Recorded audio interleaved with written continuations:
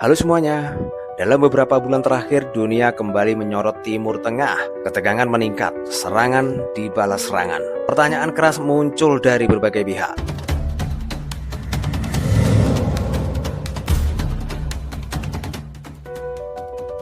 Pertanyaannya, kenapa Iran, Israel, dan Amerika Serikat bisa sampai saling berhadapan seperti ini? Untuk memahami situasi hari ini, kita harus mundur ke tahun 1979.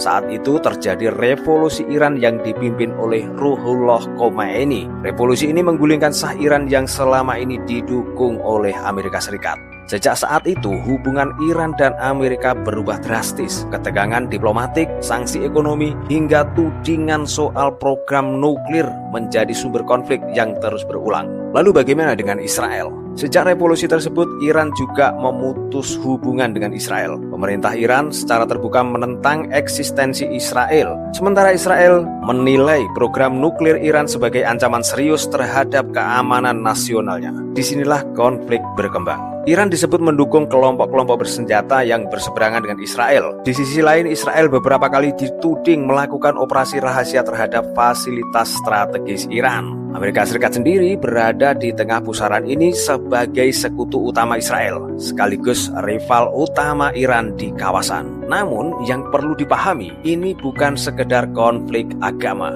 Banyak analis menyebut ini sebagai konflik geopolitik, rebutan pengaruh di Timur Tengah. Kawasan ini penting secara strategis, baik dari sisi militer maupun energi dunia. Setiap serangan, sekecil apapun, bisa memicu reaksi berantai. Ketika satu pihak menyerang, pihak lain merasa perlu membalas demi menjaga wibawa dan keamanan nasional. Dan ketika tiga kekuatan besar terlibat, eskalasi bisa terjadi sangat cepat. Dampaknya tidak hanya terasa di kawasan itu saja.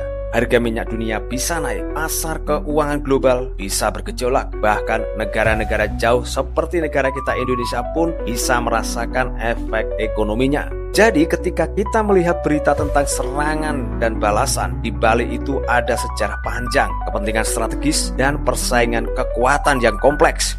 Pertanyaan sekarang, apakah ketegangan ini akan mereda melalui diplomasi atau justru membuka babak baru konflik yang jauh lebih luas?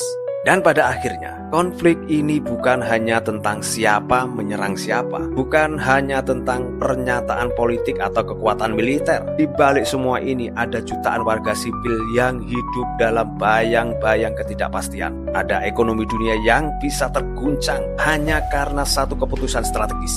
Ada masa depan kawasan yang ditentukan oleh pilihan antara diplomasi atau konfrontasi.